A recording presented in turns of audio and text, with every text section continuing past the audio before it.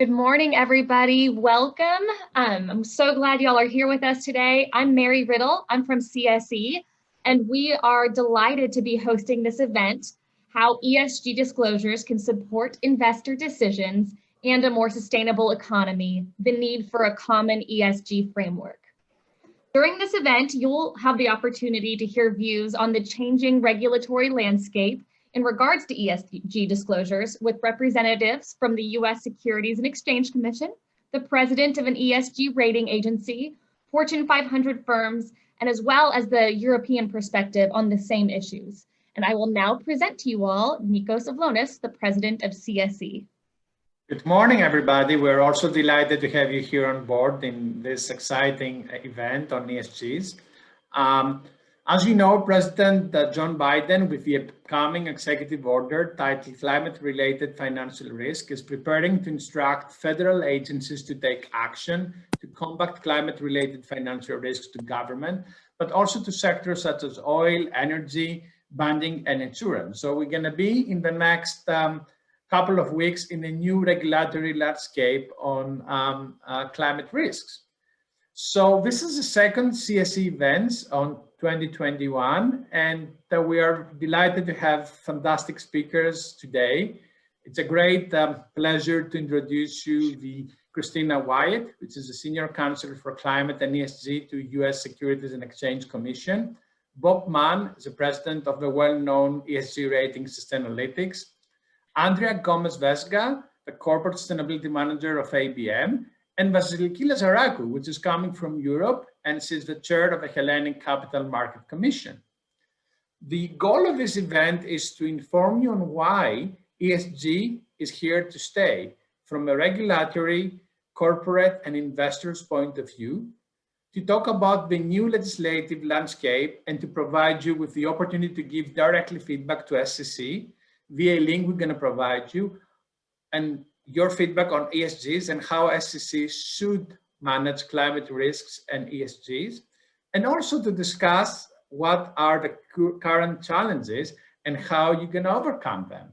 This is the agenda for today, and we are delighted to have this great speaker with us today. Of course, I'm excited to present you the findings of CSE annual research in North America on ESGs and climate issues.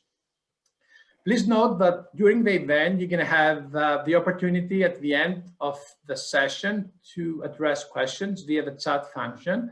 We're going to try to address most of them, hopefully, and address them to our great panelists and be able to have a fantastic discussion and in-depth discussion on ESGs. So with that, and since registrations are still coming, I'm going to get started with our ESG research. So if we move on to this slide, this research took place at the end of 2020, so it's really fresh. And for those that are not really aware about ESGs, let me do an introductory speech about ESGs. So ESGs are a set of standards for companies' operations that socially environmental conscious investors use to screen investors. And of course, they have environmental criteria, social criteria, and governance criteria.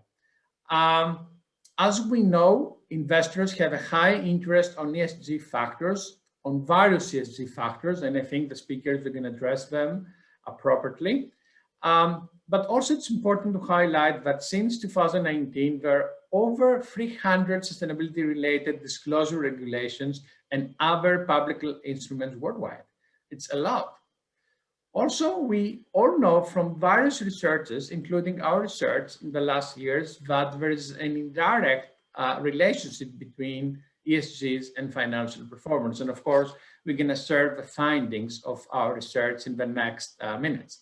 So if we move on to the next slide,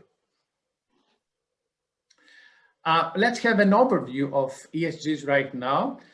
In the first half of 2020, sustainable investments count for around $20 billion in US compared to 21 billion through 2019. So we see that there is a very high dynamic and increase of sustainable investments. Investors rely on ESG reports and ESG ratings to evaluate companies' performance compared to peers, and this is a very important path for the investors the last years. And of course, how to achieve high ESG scores is the million-dollar question. We'll be happy to address that through our research findings and give some of the answers. And yes, here is the new ESG landscape, and we're going to provide you more information. If we move on to the next slide, you're going to see an outlook of our research. What we wanted to achieve was to identify common success ESG practices. So we identified the top 10 leaders in various ESG leaders in various sectors through their ratings. And we use consolidated ratings from CSR Hub, MSCI, CDP, and Sustainalytics, not only in one rating, but in several ratings. And we wanted to identify what are among the top 10 companies per sector, the common success factors, and go a little bit more in depth on that. In this research that took place at the end of 2020, we selected around 700 sustainability and annual reports that include ESG information. Next slide, please. So let's start giving you a high level of perspective. The most impressive thing is that almost 85% of them, of the top 10 companies in every single sector, saw improved revenues between 2017 and 2019, almost for a 3 years time. And 90% of them publish a standalone sustainability ESG report. So this is only 2 of the findings. But if we go a little bit more in depth, and we can move on to the next slide, you're going to find out some more in-depth actual information. Among the common characteristics for success companies on ESG was that all of them have an integrated ESG strategy, and they all publish an in-depth ESG reporting. Setting goals and identifying opportunities on issues such as climate risk and climate change was critical. And this is very relevant to our discussion we're going to have in the next couple of minutes. They also, most of them use frameworks such as GRI, SASB, TCFD, and CDP. And most of them, they did frequent materiality assessments through the engagement of key stakeholder groups. So among many other factors, we identify these 4 factors as really, really important success factors for the ESG leaders. But if we go a little bit more in depth to details, and can you move on to the next one? We identify that SASB standards are being used by almost 40% of the top 10 companies in all sectors. So SASB standards are becoming more and more popular in the ESG space. Ambitious goals on climate change, more and more companies, and the vast majority of the top companies have ambitious goals, and a lot of them have declared carbon neutrality by 2025 or 2030. TCFD recommendations gaining a lot of traction, almost 40% of the top organizations using TCFD to report their climate scenarios and climate risks based on climate scenarios. And of course, CDP is a very frequent rating that most of them are using in order to report their carbon footprint reduction emissions. Next one. So coming back to $1 million question, what are the success factors and how you can increase ESG performance? What we did is we tried to create a model of the common practices we identify and create a 4-step framework. We name it ISS, Integrated Sustainability System Framework, that help organizations maximize ESG performance.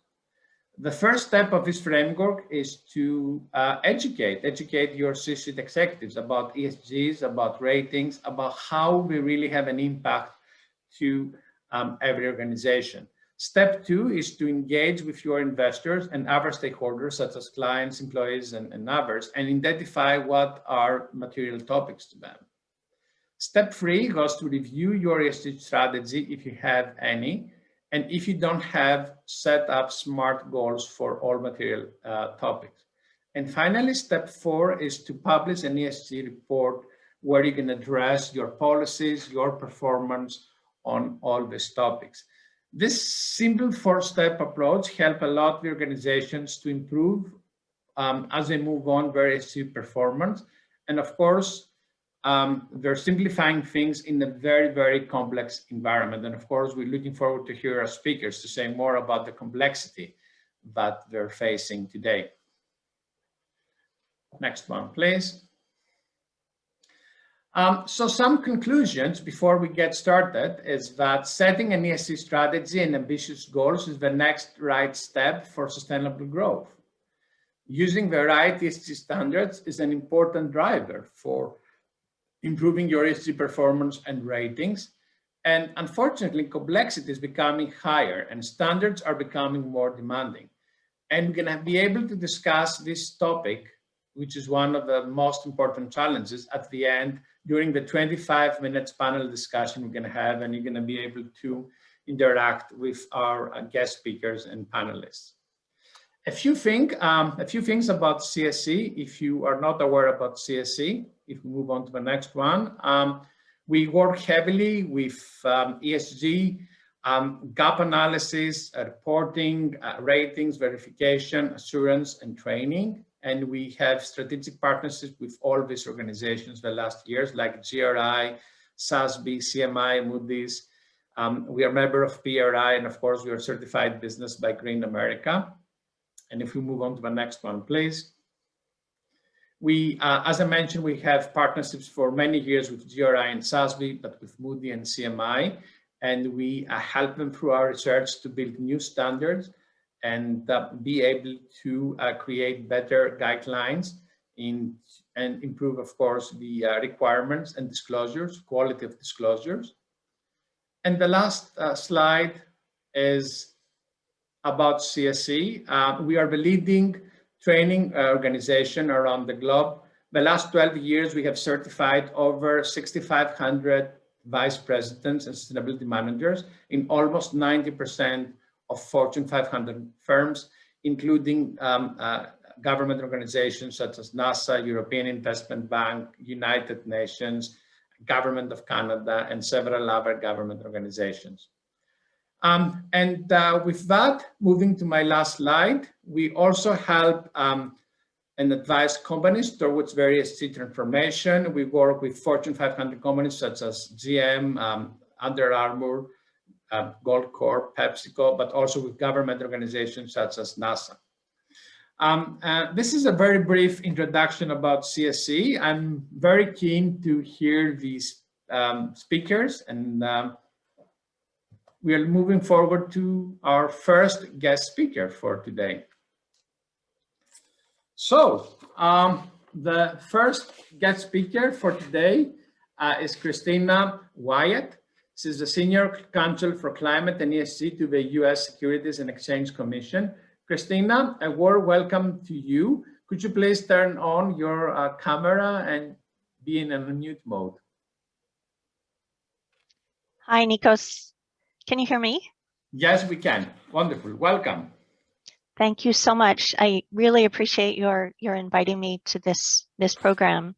And I particularly appreciate the participation of all of your guests. This is an exciting time for the SEC, and we're hoping to have significant feedback and input from issuers and investors as we proceed, as I'll discuss in just a minute.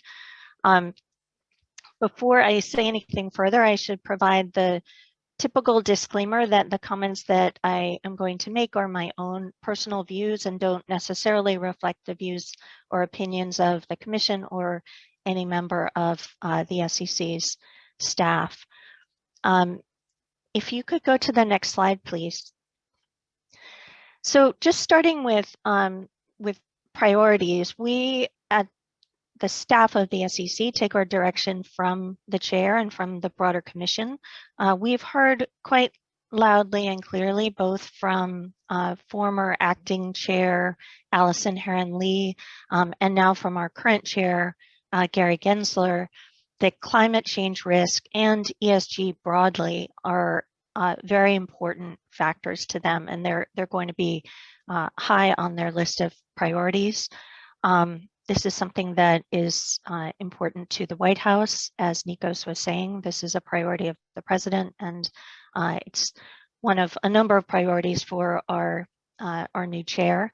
And so we're in some regards waiting to take further direction from him, but I think the signs are that this is going to be something that's high on his agenda. Next slide, please. So during the tenure of then acting chair Lee, when she became acting chair, she took a number of actions in coordination, I think, with now current chair Gensler, to sort of lay the foundation for the SEC to start to engage on climate change risks and broader ESG issues. Here is a list of some of the things that the Commission has been engaged in to start to holistically address climate change and ESG risks and opportunities. These are all available on our website at the link that you can see on this slide. It's really a whole SEC approach. We're focused on Climate and ESG in the Division of Corporation Finance, in the Division of Investment Management, which, and I should back up and say, the Division of Corporation Finance regulates public companies, the Division of Investment Management, which looks at funds, the Division of Enforcement and Examinations, which enforce our rules, our Office of Investor Education to provide information to investors related to ESG funds. They're all working together to try to ensure that the SEC is taking a holistic approach with regard to ESG risks and opportunities. Next slide, please. Again, just sort of reiterating that the chair has come in and said that that ESG is a top priority for him. Some of the things that we're doing, particularly in the Division of Corporation Finance, which is the division that I sit in, which regulates public companies' disclosures. We look at the disclosures that public companies make, and we also draft the rules under the direction of the Commission that the Commission will ultimately propose and consider public comment and then ultimately adopt. Some of the things that we're doing in the division relate to potential rulemaking on climate and broader ESG. We are conducting an assessment currently of disclosures by public companies related to their adherence to some guidance that the Commission issued in 2010, particularly related to climate change disclosures. And we expect that that assessment will help to inform potential rulemaking that the Commission might come out with. We're currently at the staff level gathering information to better understand investors and issuers' views to help inform potential rule proposals. We're meeting with a lot of different stakeholders, listening, and of course considering comment letters as they come in. There will, in all likelihood, be a proposing release that will come in or that will propose to the Commission to propose to the public related to climate and ESG issues. But currently there's a comment file that is open that has requested comment quite broadly related to particularly climate, but also other ESG issues. And we expect that the comments that we receive in response to this request for comment will really help us in formulating our thinking with regard to a potential rule proposal that we would send up to the Commission. It's still quite early going, but we're certainly carefully listening to various stakeholders. Next slide, please. The comment file that I just mentioned, which is available on the SEC's website, and we also provide a link to it in this presentation on the next slide, covers a very broad range of issues. We request comment on really a whole host of questions that are important to potential ESG and climate disclosures. We would ask that you engage on any of these questions. Please don't feel compelled to respond to all of the questions. There are lots of them. We really tried to cover a broad swath to help us to understand the thinking of the key stakeholders that we serve. To the extent possible, please be specific and provide data. If you can, that can be quite helpful to us as we consider proposed rules. Some of the key issues, and there are many of them, as you'll see in the request for comments, relate to climate change in particular, but some of the things that we are particularly interested in are relating to question number 6, related to how we will update our requirements and the potential role of a standard setter. We're looking for comment on really any of the questions that we've raised, but some of the most difficult ones relate to this updating question. This asks about the Commission's ability to fine-tune and update its requirements and the potential role of a standard setter to augment the SEC's rules. So we ask questions around things like how should the disclosure requirements be updated? How should any disclosure requirements be improved, augmented, or otherwise changed over time? Who should do the updating? Should the Commission itself carry out these tasks, or should it adopt or identify criteria for identifying other organizations to do this? If there were a standard setter, what characteristics should that standard setter have? Are there any existing standard setters that we should recognize to augment the rules that the SEC might adopt? These are just some of the issues that we're grappling with. There are many issues that you'll see in the request for comment. They go to the scope of potential rulemaking, issues around where the disclosure should be made, how we should address liability concerns, whether there should be assurance provided by third parties of the disclosures, and a whole host of other issues that relate to some of the questions that we're hearing from different stakeholders about what our disclosure regime might look like. I should say that we are not prejudging any of these issues at this point. We are going to carefully consider the comments that we receive, and that's why it's really so important that we hear from a broad range of stakeholders. And then just to the next slide, please.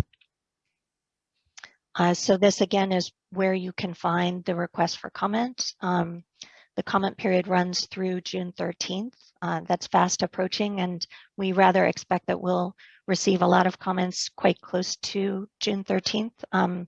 The sooner we can get the comments, I think the better, because we will read all of them, but the ones that come in earlier are, sort of likely to get more focused attention because we'll be getting so many toward the end. And that's all I have for now, Nikos. Thank you so much, Kristina. We are so excited to have this initiative on behalf of SEC. I think a lot of us was waiting for this initiative a long time now. Probably the timing is perfect now with the new administration, which is more focused on climate change. So the expectations, as you probably know, are high. Just a quick question, and we also serve a link, by the way, to all the attendees, so they can all go directly to all the great questions you have included. They're fantastic questions, very targeted, appropriate questions, and we actually we would like to invite everybody to go to the link that Kristina has shared with you and be able to provide personal feedback. We have investors, we have Fortune 500 companies, we have senior executives here. So you're more or less, you have a good knowledge of ESG. So you're all welcome to join this consultation process from SEC. Kristina, I know we're going to have more time to talk on the panel discussion at the end during the Q&A session. But I'm going to have one quick question for you. It's a personal question just for you. From all of these disclosures and requirements you address, which one do you think that they really are going to have a very high impact to reduce risks for companies and for investors in the near future? From your, again, personal perspective.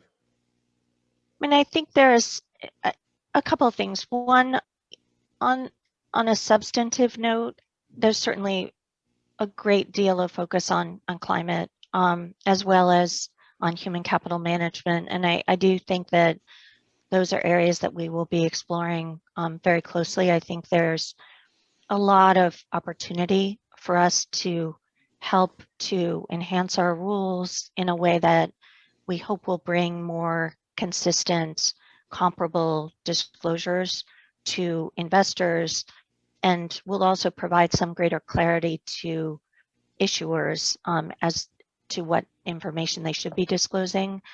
At more of a sort of macro level, we're really trying to get to the right place to help issuers and investors. Our perception and what we're hearing from many issuers and investors is that there is a real opportunity here, because there's a level of confusion out there that I think is quite clear. There are many different reporting standards, different frameworks, and some lack of clarity as to which one should be followed, some lack of consistency in terms of what companies are reporting to. And to me, that presents an opportunity. We really do want to get it right. And ideally that will mean, coming up with rules that will reach that sweet spot where we really help investors to have the level of comparable, consistent information that they need, but also hopefully provide greater clarity and even potentially reduce some of the reporting burden for some companies that are currently trying to report on too many different standards and are subject to lots and lots of different questionnaires from lots of third parties. If we can provide a more kind of rational framework, hopefully we can help everybody in this process, and that would be the goal. That's great. Exciting time for SEC. We're going to have more opportunities to go a little bit more in depth during our panel discussion at the end. Thank you so much. Great timing. And let's move on to our next guest speaker is Bob Mann, the president of Sustainalytics. He's going to join us from Vancouver. I hope it's not raining out there, Bob. No, it's a beautiful sunny day. Summer came here early. So good morning, everyone. And I guess I get the task of, representing investors and what investors are interested, which I think is a little bit of a thankless task or an impossible task because there's such diversity. I mean, it's almost impossible to speak, I think, about investors because of the diversity that I'm going to talk about the diversity now for a bit and so what I mean by diversity is I think investors have different motivations often when they're thinking about ESG. So some investors want to use ESG considerations to help mitigate their risks, so a risk return lens. There's an increasingly large group of investors who are interested in understanding the outcomes or the impacts of their investment decisions. And even that varies a lot from institutional investors who want to, I would say, some of them are connecting to SDGs. And, when we talk about retail investors, a retail investor may want to know how many trees are saved by their investment decisions. So I think there's a lot of variability there. And I think there's also, the notion of investing to support the transition to a sustainable future or to manage climate change impacts. And so there's a great degree of variation in motivations of investors. I think there's also a great degree of variation, increasingly so, in the asset classes that investors are coming from. I think originally when ESG took flight, it was usually long equity portfolio managers who are the main users of ESG information. So, but that's really changed. And so private markets and fixed income and many other types of asset classes are now sort of in purview. And so it creates a complexity of what information is relevant, because it really, you have to talk to the user, I guess. And I think the last thing I'll say, that adds to this is that the use cases of the information is also really diversifying. It used to be that the information was mainly used by portfolio managers to help inform their portfolio construction. But now it's the use cases along, so as part of the investment process, the use cases that the data and the information used for is much more widespread. So you can use it, it's often used for reporting, client reporting, risk management, attribution analysis. And so there's also a proliferation of the use of the data. And I guess, and again, often you need the right data to support those use cases.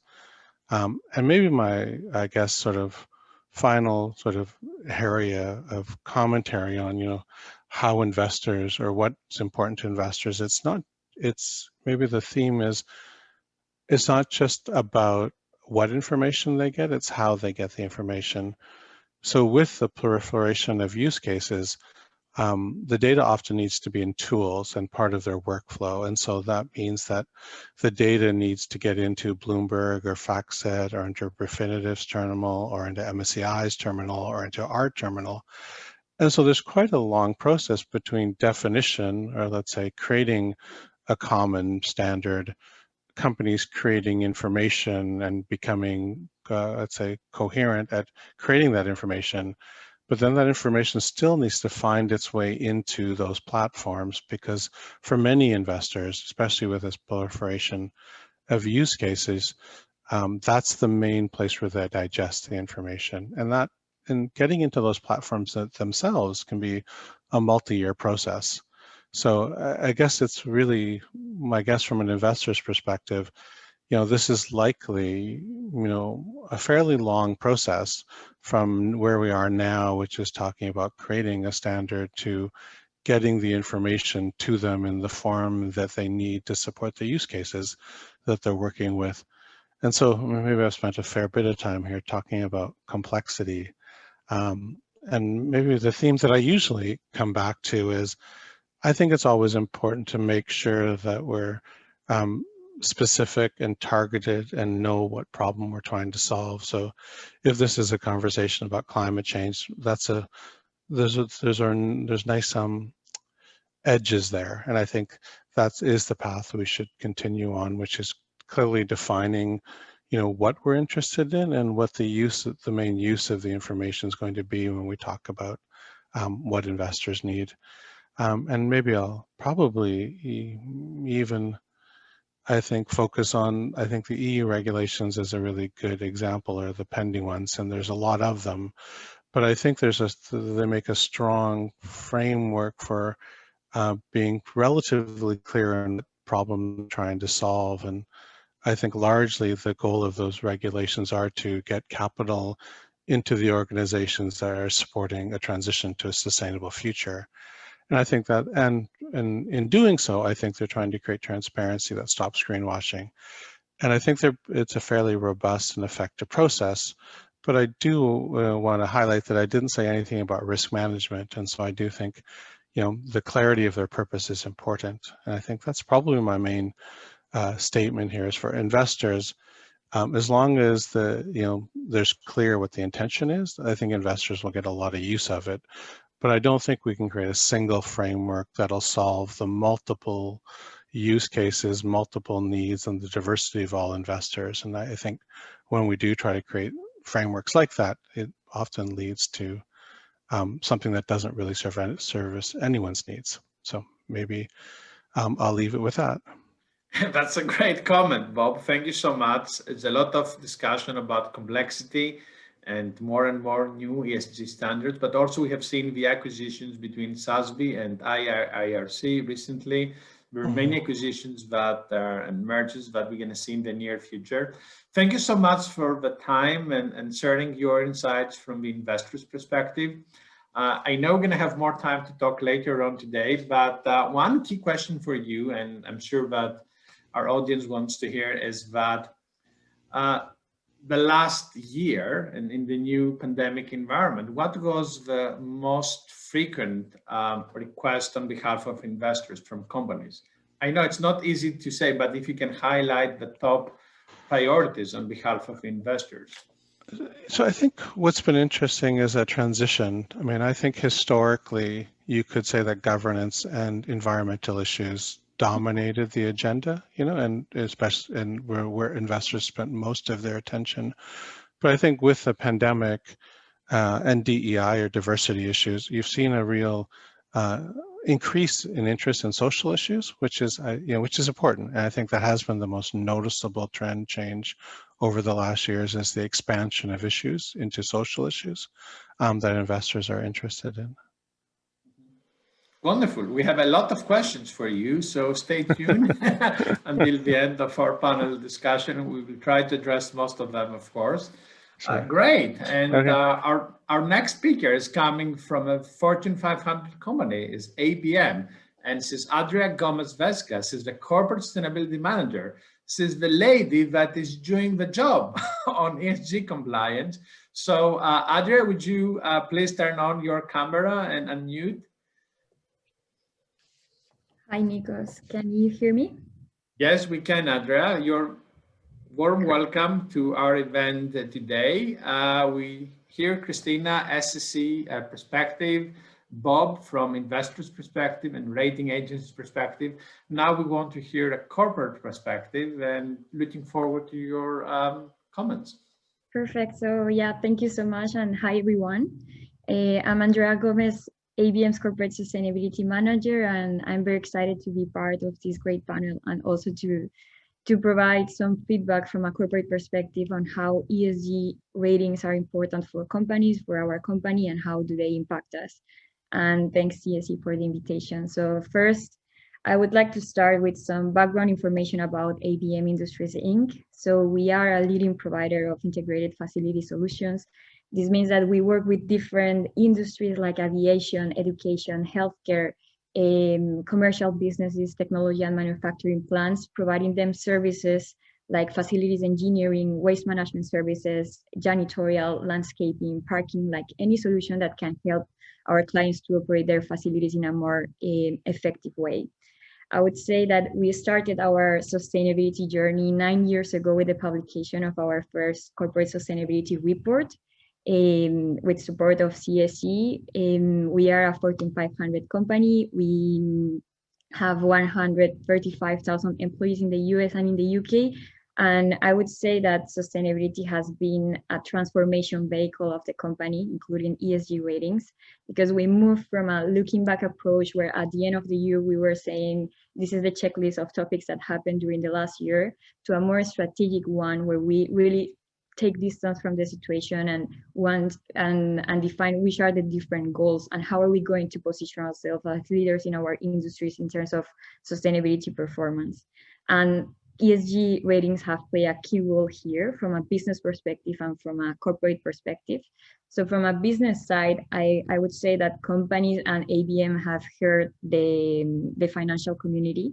And we understand that business, like the climate risk is equal to a business risk for companies. So this is why we frame our solutions in order to be able to respond to our clients' needs in terms of their facility sustainability goals. So we are able to support them in their transition to the net zero economy, to the low carbon economy, if they want to achieve carbon neutrality for their buildings through our energy solutions, or to achieve the True Zero Waste certification or any other green building certification we are able to support. And now from a corporate perspective, I would say that ESG ratings have played a key role in order to create value. And thanks to this, we have really increased our efforts in order to increase our disclosure and transparency in terms of the different material aspects that have been identified for our industry. And these have resulted in great internal cross-functional teams collaborations that had excellent results that I'll discuss later today.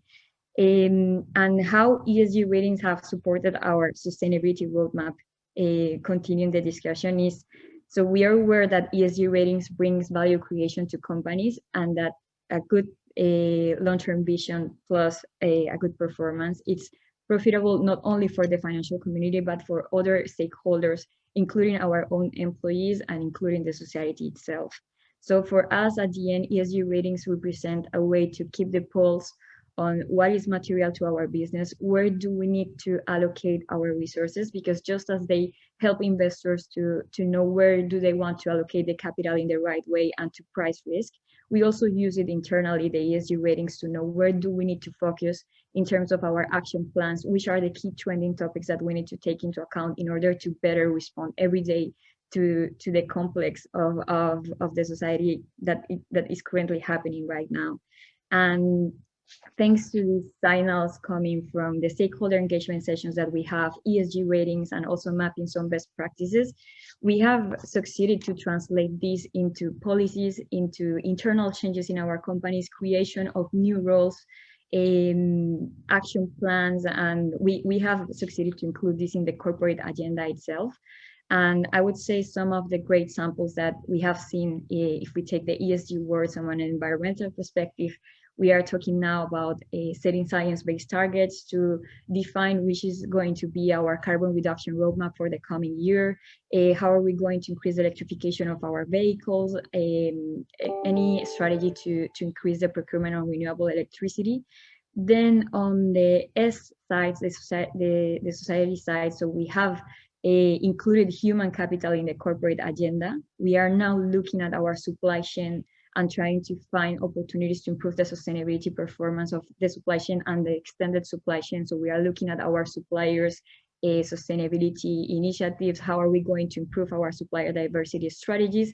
And then also we are investing a lot in how are we going to attract, retain, and maintain diverse talent. And we created recently a Culture and Inclusion Council just to work on this topic.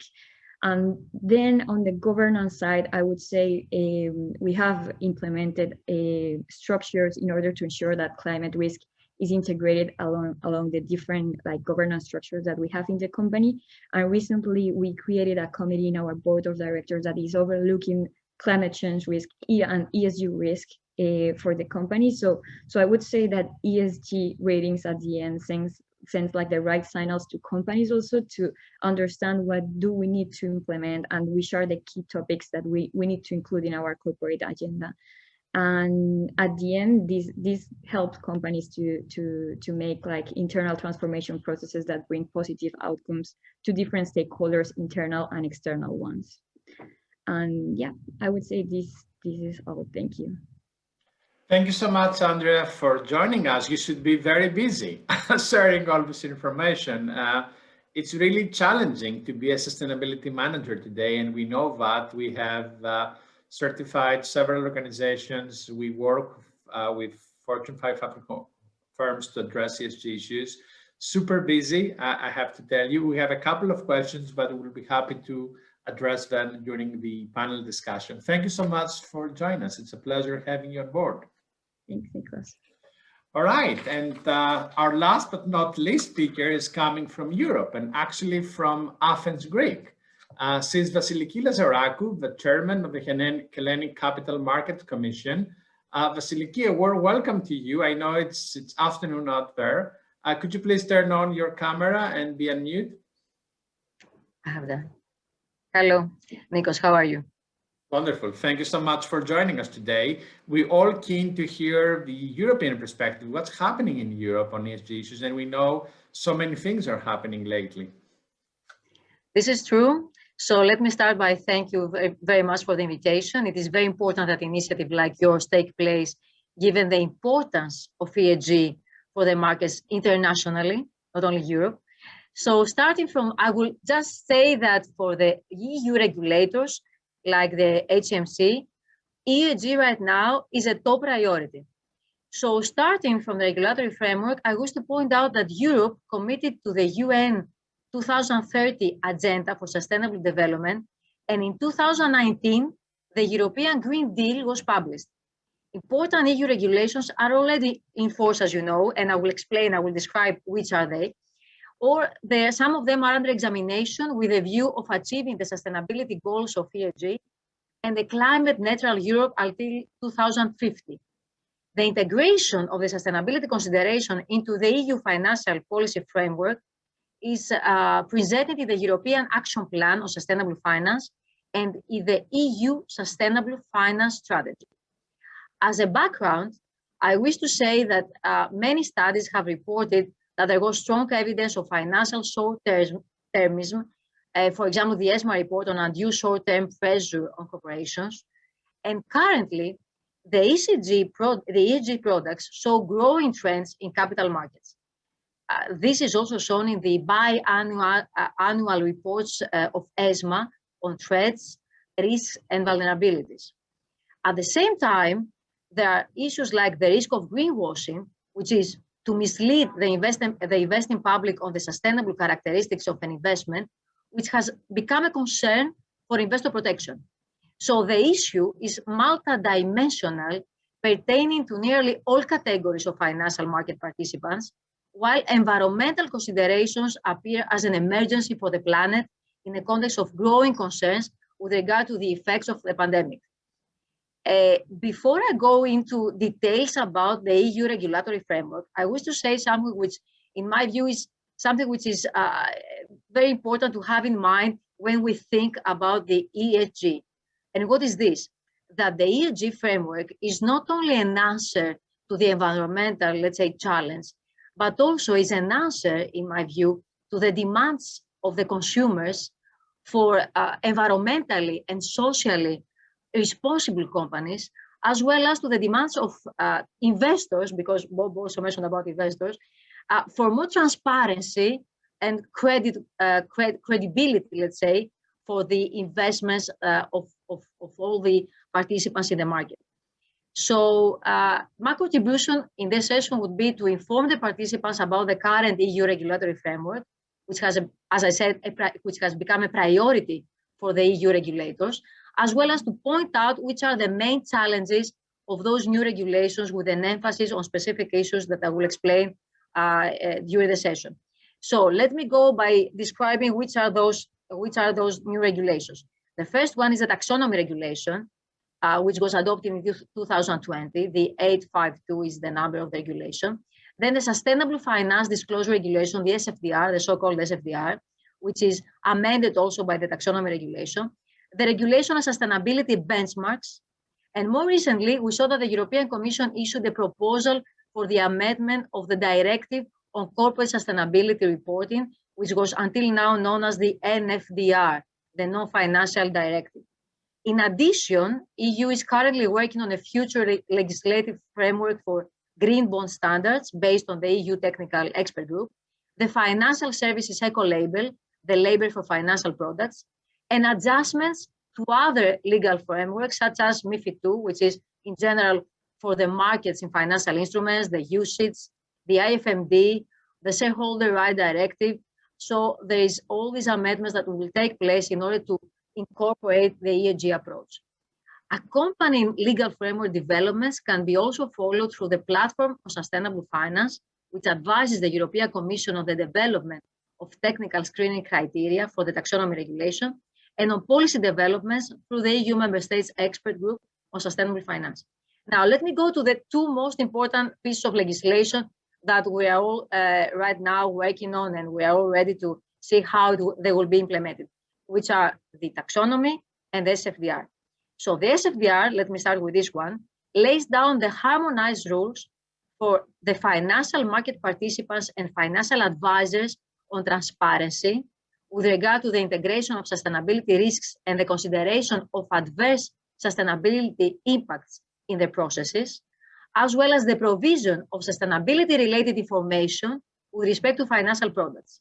Among other provisions, the following central concepts are defined: sustainable investment, sustainability risk, and sustainability factors. The sustainability factors, I want to remind you, are the environmental, social, and employee matters, respect for human rights, anti-corruption, and anti-bribery matters. Now, most articles of the SFDR apply already from 10th of March 2021. The three ESAs, the three European supervisory authorities, have already published the draft regulatory technical standards, the RTSs we call them, which were sent to the Commission beginning of February, And although these RTSs have not been formally, let's say, adopted by the European bodies, the European Commission and ESMA, where we belong, has already stressed that the SFDR applies, and these RTSs should be reviewed, can serve as the basic guidance to market participants and competent authorities in order to proceed with the disclosures, because disclosures should be made by the financial market participants. Some of them will take place on the 1st of January 2022, and then more detailed disclosures will take place on the 1st of January from the 1st of January 2023. So the SFDR and the RTSs explain what kind of disclosure will take place in this respect. Note also that the complementing RTS is also under consultation following the work of the ESA Joint Committee with regard to adjustments needed following the taxonomy regulation and the products related to the taxonomy regulation. Now, let's go to the taxonomy regulation. The taxonomy regulation has introduced an additional to the SFDR framework for market participants and taxonomy-aligned products. It has also defined the 6 environmental objectives, which are the climate change mitigation, the climate change adaptation, the sustainable use and protection of water and marine resources, the transition to a circular economy, pollution prevention and control, and the protection and restoration of biodiversity and ecosystems. It has also set the following, I will tell which are those cumulative criteria for an environmentally sustainable economic activity, which be an activity that, first, contributes substantially to one or more of the environmental objectives that I just mentioned, does not significantly harm any of the environmental objectives, it's called the DNSH principle, is carried out in compliance with the minimum safeguards of the regulation, and compliance, the fourth one, compliance with specific technical screening criteria established by the Commission. So with regard to the objective of improved disclosure of non-financial information, I need to mention that Article 8 of the Taxonomy Regulation obliges undertakings covered by the Directive of Non-Financial Reporting, the Non-Financial Reporting Directive, to publish information on how and to what extent their activities are associated with economic activities that qualify as environmentally sustainable under the Taxonomy Regulation, of course. And to this end, a consultation ran in 2020, and the final text of the advice has been delivered by ESMA to the Commission and is expected to be published very soon. Furthermore, following the European Green Deal, companies and financial institutions are also called to improve their disclosure of non-financial information, since users of this information, mainly investors and, of course, civil society organizations, are demanding more and better information from companies about the social and environmental performance and impacts. To this end, the review of the Non-Financial Reporting Directive in April 2021 has led to the proposed Directive on Corporate Sustainability Reporting by the EU Commission. This also reflects global trends with a wide variety of different organizations and stakeholders calling for a consideration of a new regulatory approach to non-financial reporting. Also in 2020, the European Commission launched a public consultation on a proposed sustainable corporate governance framework, seeking views from a broad range of stakeholders, and the consultation's feedback statement has already been published. So I would like to stress that it is an extremely ambitious EU project that affects nearly all financial market participants. EU and national regulators are working with extremely strict timeframes to produce and try to be to assist, let's say, the companies proceed with the disclosures necessary. Nevertheless, the sustainable finance challenge is a new concept, not only from a regulatory point of view, but also from a pragmatic point of view. The aim to go green should also go hand in hand with the effective regulation. So here we are talking about major changes across the whole spectrum of financial regulations in a manner designed ex ante and without previous track record, as is the case with other regulations in general. So in fact, the new framework will have to be tested ex post under important adjustments and challenges for all the participants, for both the participants and the regulators. Thank you. Wonderful. Thank you so much, Vasiliki, for sharing so much information. You should be very busy. European Commission should be very busy, and business should be very busy in order to adopt all this upcoming legislation. Fascinating, interesting. We have a lot of questions from our audience. We're going to address them in the next few minutes. Thank you so much for joining from Athens, Greece, and give us the international and European perspective on ESGs and what's happening out there. Wonderful. So it's time to move on to our panel discussion. So we're going to have around 20 minutes to address most of your questions. But before that, I would like to all our panelists to unmute and turn on your cameras so we can all join the panel discussion. It is again exciting times from ESG perspective. Before we move on, we have created a poll for you. It's a very simple poll. Do you suggest ESG legislation for public listed firms? Yes, no, maybe. It's a relevant legislation that Vasiliki mentioned, the NFDR legislation, which exists in Europe for mandatory disclosure of ESG information. So happy to give us your perspective. So I have a couple of questions for you. I'm going to start with Adria. Adria, you're super busy with adopting ESG frameworks and guidelines. A quick question for you is that which ESG standards or guidelines do you consider important for your organization, and how has your sustainability report helped you with your ESG ratings? This is my first question, and everybody wants to hear your perspective here. Sure. So, well, I would say that we have limited resources in terms of sustainability.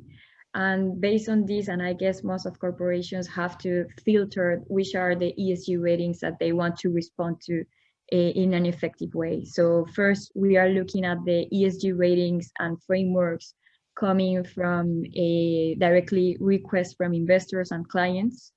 And then we are moving to other ESG ratings from the financial community, like just to keep the pulse on where are they identifying risk and opportunities for our industry to ensure that we integrate it into our sustainability strategy.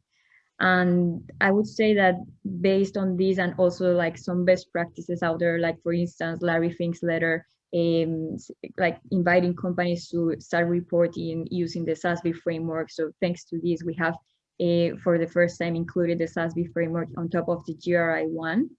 And I would say that how the sustainability report help us to comply to this, I would say the sustainability report is the tool that help us to bring this to, like, it's our letter to the outside community in order to show them that we are currently including these signals from the ESG ratings and from the financial community. And you can see on the sustainability reports from companies how companies evolve in terms of their sustainability journey and how the transformation is really taking place internally. So you can see that, especially in the next couple of years, you will see a lot of companies that are currently engaging best practices and like international best practices also on corporate standards and ESG ratings responses. Great. Thank you so much, Adria, for sharing your insight and on ABM perspective. You can see here the outcome of the poll. Of course, we have sustainability professionals, and 78% of them, they say that, support ESG legislation for publicly listed firms. So there's great support here among our audience, and very few of them, they say maybe or even no. Of course, this is a very high level discussion. If you go more in depth, the details are really matters here. So a quick question for Vasiliki. There's a tone of European legislation with taxonomy, SFDR, NFDR. So many acronyms out there, and it's not easy for our audience, of course, to remember all these acronyms. But if you, talk to our audience very simply, which one of this legislation you think is going to have the highest impact for investors in a positive way and for companies in a positive way as well? So investors and companies, which one of this legislation you think is going to have a very likely positive impact in the near future? I will say that the upcoming European legislation should be seen as a uniform framework consisting of different legislative pieces, and all regulatory efforts should be vested in this direction. So it is a new area, and the legislation should be an enabler of the green S&G transition. So as I said earlier, I think that all the framework should be seen as a whole, so that because each piece of legislation, let's say, helps both companies and investors to proceed with disclosures that are necessary in order to have a better understanding of what is green, what is social, what is the good governance. So I think I would say that there is no one piece of legislation that we can say that, okay, this is better than the other, but we can always view it as a whole. Wonderful. Thank you so much, Vasiliki. I'm going to move on now the discussion to Kristina. Kristina, we hear your perspective, investors' perspective, corporate perspectives, and European perspective on ESG issues, at least elements of this perspective. What do you think from the SEC perspective, and again, your personal perspective, is going to be the biggest challenge as a next step? And I have another question after that. I think that the biggest challenge for us is to sort of figure out how to get it right. There's a lot of complexity out there, and ideally we'd like to find a sweet spot, which is to say that we find a way to adopt rules that get the right disclosures that don't ask for too much. So there are some issues, for example, that cut across industries, and those presumably should be subject to disclosure rules that would apply to all companies across industries. There are some issues that are quite industry specific, and we wouldn't want to overreach with our rules and ask for too much, meaning we don't want to require all companies to disclose some 200 things where only a few of them are actually material to a particular company.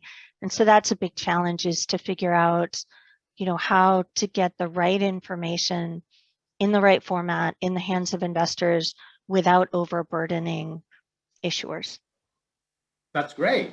There's a very relevant question from our audience. They ask you, after the June 13th, after the end of the process, when is the anticipated release of the new updated guidance?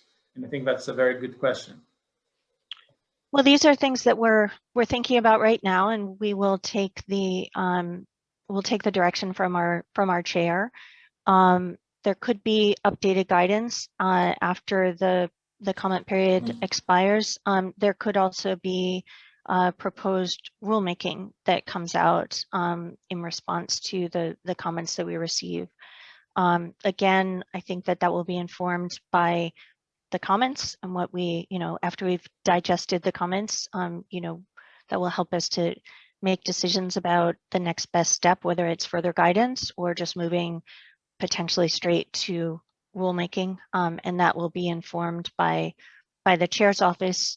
He will be issuing a regulatory flexibility agenda, which will set forth his rulemaking priorities for the coming year, and that will also help to inform sort of what we can expect looking ahead. Thank you so much, Kristina. I'm going to move on to Bob. Bob, you are the person where the corporations need to fill in 200 questions. I'm sorry, I'm joking. No, it's not about that. My question is that how do you see the future of ESG from ratings perspectives and investor requirements in the next 3 to 4 years, which is not a long time? Yeah, so I think that there's an explosion of interest. So I don't think there's been a time. I guess I've been doing it for 15 years, and these last 2 years or 3 years are meaningfully different than any other time in that spread. And so I think the intensity of interest from both investors and corporates is really significantly increased. And so what we find is that the depth of our engagement, so is much more meaningful with corporations now than they were in the past. So I think one of the real trends that we have is a real, and we're trying to build it out. So I think maybe I'll say that is that's for all of us, that's an significant change in the trajectory that was going on. And so we have to build out the capability to invest and engage meaningfully with all the companies that want to engage with us appropriately. And that's increased probably 50% every year. So it's a really significant engagement. So we don't actually find that, let's say, because we don't do the fill out the survey, but I will say that the desire of companies to engage with us far outstrips the pushback we get from companies frustrating that they have to respond to us. So there's a lot of proactive engagement going on. I think that's probably the biggest change for us, and I think going on between us and the corporate community. Wonderful. And there is one more relevant question for you, Bob, from our audience. They ask you, you mentioned that there is a fairly long process ahead to ensure a common standard that fits platforms to be useful. When do you think this is going to happen? What is your personal perspective? Yeah, I think, well, I think maybe I'll take that in two pieces. I think I noticed that question in the sidebar. I think that by making it a regulatory requirement really accelerates the speed by which I would say the relevant information for the EU action plan is going to make it into platforms. Because it's a compliance measure, you have a lot of organizations moving very quickly to get that information into the hands of the participants so that they can meet their regulatory requirements. So that takes the whole, I would say, investment ecosystem to be able to respond appropriately. So regulation in that case really accelerates it. I think it's a medium-long process when I would say it's an industry-led practice, because then you have to have emerging standards, and I think that takes a lot longer for those emerging standards and to be standardized enough and, let's say, widespread enough to justify the integration into platforms of that information. And that itself is a year or two long process. So I do think there's a big difference between, I would say, a regulatory process and a non-regulatory process. But for the regulatory side, it's actually happening quite quickly. And we feel the obligation to race to support our clients with the appropriate information to help them with their compliance needs in that case. That's great. And Bob, there's one more question from our audience. What are the most value relevant for investors? That's the question. So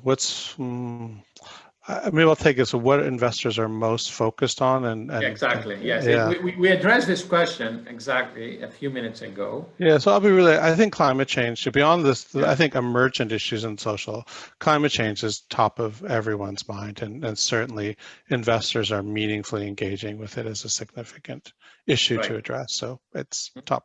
So if I had to pick one, that's definitely the highest on the agenda. Wonderful. Adria, you are a sustainability manager of ABM. How challenging is to be a sustainability manager and have to adopt new ESG frameworks every year and comply with them? And how do you see the job and the challenges of the sustainability manager role in general? Sure. So yeah, I would say that sometimes ESG ratings act as a double-edged sword for the sustainability teams, because we have to spend like significant amounts of time responding to ESG ratings and to ensuring that we are like putting out there the strategic information that we need to the financial community to understand that we are currently doing in terms of action plans and ratings. But the truth is that there is this famous sub-alphabet and of ESG ratings, and there is survey fatigue and there is questionnaire fatigue. And I'm aware that if we are going to criticize the system, we need to come up with a solution. And I'm aware that we don't have one currently, but I guess to compensate that, the good thing for us corporations is that now is a great timing to be in the front line and to see how different stakeholders are currently mobilizing and how are we trying to orchestrate like a coherent message between all the different stakeholders to a more standardized framework so we can work all the stakeholders more efficiently. And I think this we have seen this in announcements of different ESG frameworks collaborations on the UN COP26 saying that they will implement a global sustainability standards board, on the new administration having one of their 5 key battles, climate change. So I think it's a great timing, and I'm very excited to see what will happen in the coming couple of years that I'm sure that will bring positive outcomes to the different stakeholders that we are here in this virtual table also. Great. Do you support the SCC consultation process? Do you think it's the right timing for this approach? What do you think? Yeah, I think that pandemics is accelerating things, and we are now more than ever interested on how are we going to act more effectively to address the different complexities that we are currently facing in the society. We can call it climate change, diversity and inclusion, and many other aspects that are important for us. So I think that what the SCC is doing is a great opportunity to build a bridge between different stakeholders and all together in order to find how are we going to get there to have more coherent message between the different stakeholders, and of course to act more consistently based on this. Great. One last question to Vasiliki, and thank you again, Vasiliki, for your time and be here with us today. How do you see the future of ESG legislation from the European perspective? Let's say the next 5 years. First of all, let me say that Europe was one of the first to adopt measures and the framework. So it is a major challenge for European market players and authorities how this will develop. And according to the economic and market analysis studies, there is a growing demand for ESG features in finance. And to the extent that the new framework will enable companies' transition, Europe seems to be really doing well, really ahead. So the future, in my view, in Europe will depend, of course, on the successful outcome of the implementation of this huge endeavor, if I may say. So there are challenges that still remain, and the authorities still work on those challenges. For example, we have level 1 legislation, but there is still some level 2 legislation that is in process. For example, my committee that I'm chairing on the securitization committee, which is a joint committee, EBA, ESMA, and EIOPA. We still have to draft the RTSs for the securitization and how disclosures will take place on the securitization processes. Plus, we have other key challenges, the extremely pressing deadlines for the preparation of the legal test and the need for experts' input and awareness. Market participants, but also regulators, you see that they struggle to adapt to the sustainable finance prerequisites sometimes. And to this end, also, there is a coordination network on sustainable under ESMA, which is a central point for policy alignment. And we as regulators, the HMC, participates to this work as well. So the difficult task also, another challenge, will be to preserve proportionality and materiality concerns. The SMEs, government, sectoral legislation are all areas profoundly touched by these new provisions.